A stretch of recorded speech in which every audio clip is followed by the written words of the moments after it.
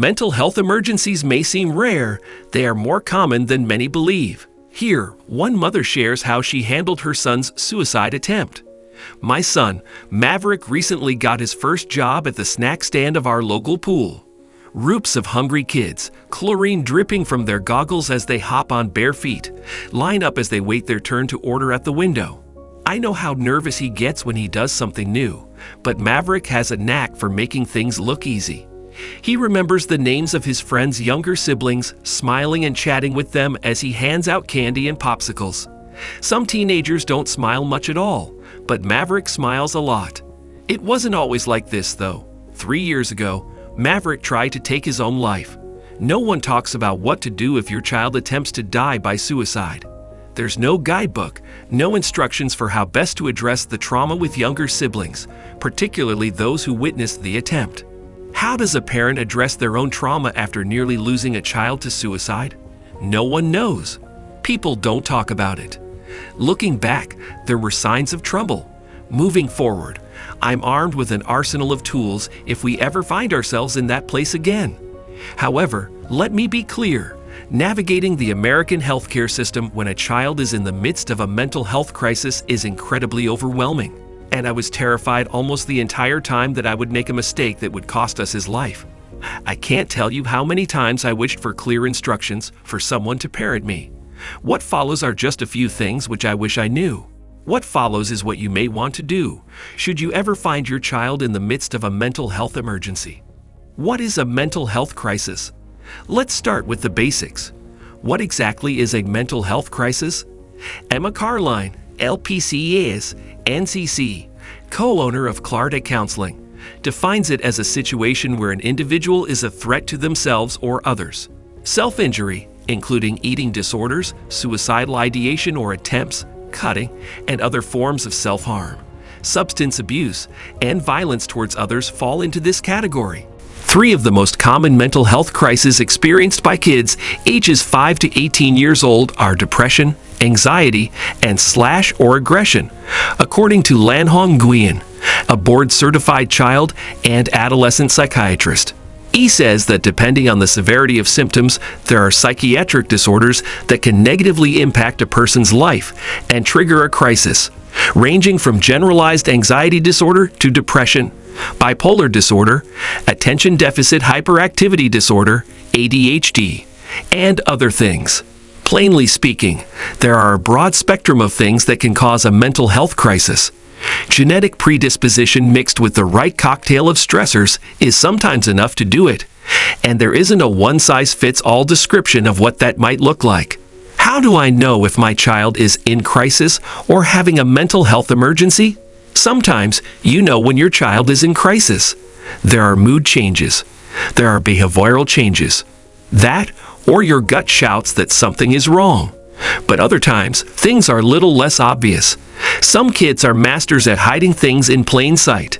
Kimberly Zapata, an associate editor at Parents, explains that she would hide everything from her mom. My depression, fears, scars, anxiety. Heck, even my severe suicidal thoughts were a secret, Zapata explains. I kept my grades up. I was active in nearly a dozen clubs, and I held down a job. To the outside observer, I was a studious overachiever. Nothing seemed amiss, but inside, I was drowning. If your child is refusing to get out of bed, runs away from home, or is having thoughts of suicide, those are considered emergency situations.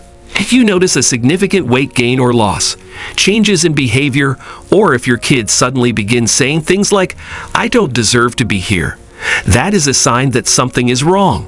In teens, we tend to see a decline in grades, withdrawal from social settings, lack of interest, behavioral outbursts, and a tendency to isolate, said Carline. The takeaway? Pay attention to major changes. I recognize the signs and symptoms. What should I do?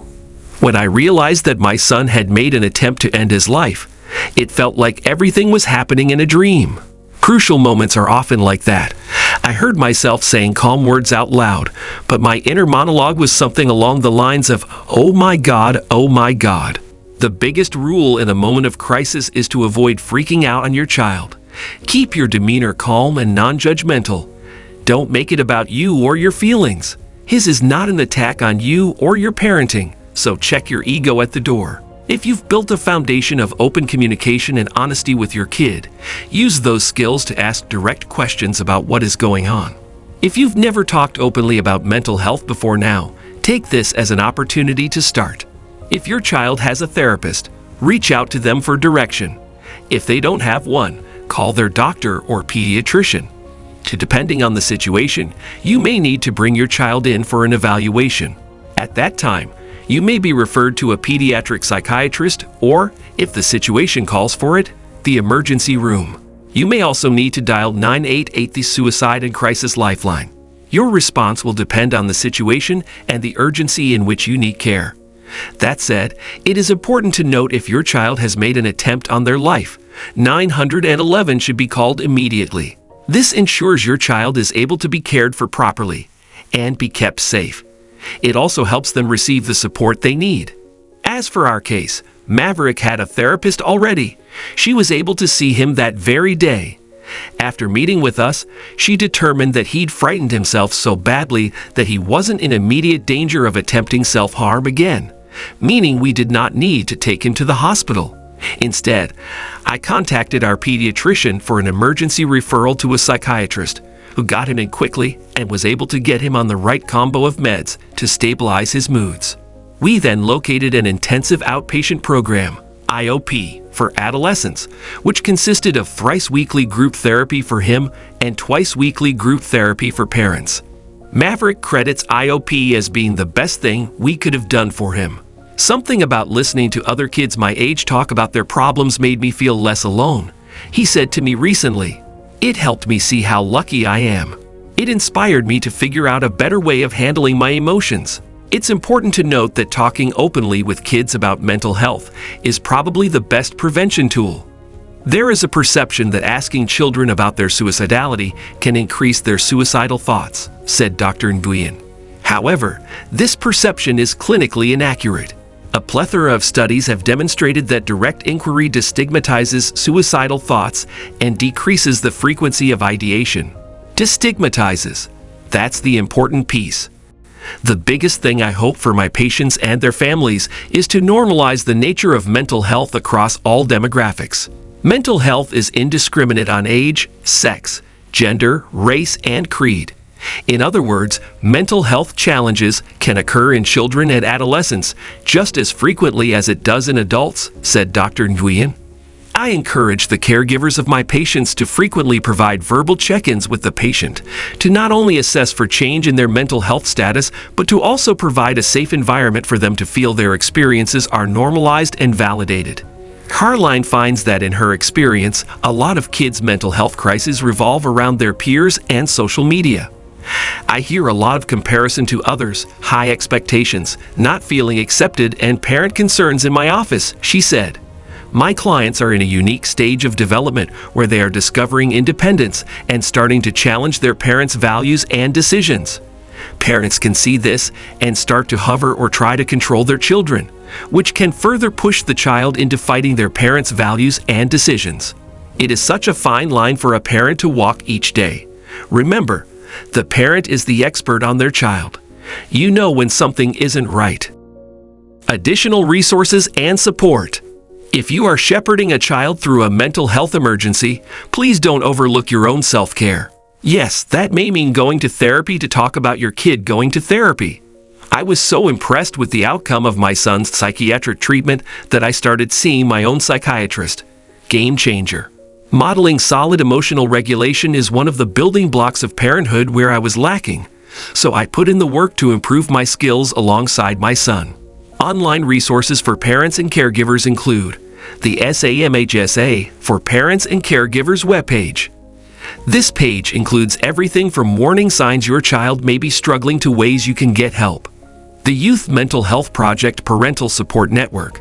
Designed for both parents and caregivers, the Parental Support Network gives parents and caregivers the opportunity to find and support each other in a safe space. This is done via free confidential meetings. The National Alliance on Mental Illness Family Members and Caregivers Resource Guide. Learn how to help your child and support your recovery while caring for your own well-being. the Society for Adolescent Mental Health and Medicine Mental Health Resources for Parents of Adolescents and Young Adults Guide. This guide includes links to various mental health resources, both in person and online, as well as treatment locator services. Your child's school may also be an excellent resource. Looping in our public school's guidance counselor was instrumental in keeping Maverick safe and looked after while he was on campus. He knew there was a trusted adult he could talk to while he was at school, and I felt a teensy bit less anxious about him being out of my sight during the day. As of this writing, my son is happy, healthy, and thriving. He's also very open about the fact that he takes daily medication, is on the autism spectrum, and struggles with anxiety and depression. I am determined to break the generations-long cycle of unaddressed mental illness in our family by sharing our experience as often as possible while destigmatizing discussions around mental health. I owe that both to myself and my children. No child should have to go through any kind of crisis alone, nor should you. If you enjoyed this video, don't forget to give it a thumbs up and subscribe to our channel.